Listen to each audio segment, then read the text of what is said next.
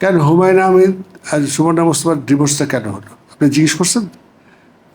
ওরা তো বলে না, ওরা ভালো মানুষ, কেন বদনাম করে না। তারপরে সুবর্ণা মুস্তফা কি বলেছে, যে না ঠিক আছে, সব ঠিক আছে, সে মায়া মমতা ভালোবাসা ঠিক আছে, কিন্তু সেই বন্ধুত্ব নাই, সেই বন্ধনটার জন্য নাই। দেখছেন, ওই যে ডিভোর্স আগের কারণ ছিল পরকীয়া, অত্যাচার, এডিকশন, নেশাগ্রস্ততা, এগুলো তো আছেই ডিভোর্সের কারণ। কিন্তু এখন কারণ কি? এগুলো তো আছেই, এর বাইরে আর কারণ কি? কোনো কারণ নাই। কারণ ছাড়া ডিভোর্স হয়ে যাচ্ছে কেন? ভালো লাগছে না, মনে হচ্ছে একসাথে অনেকদিন থাকছে তো, এখন মনে হয় আর ভালো লাগছে না।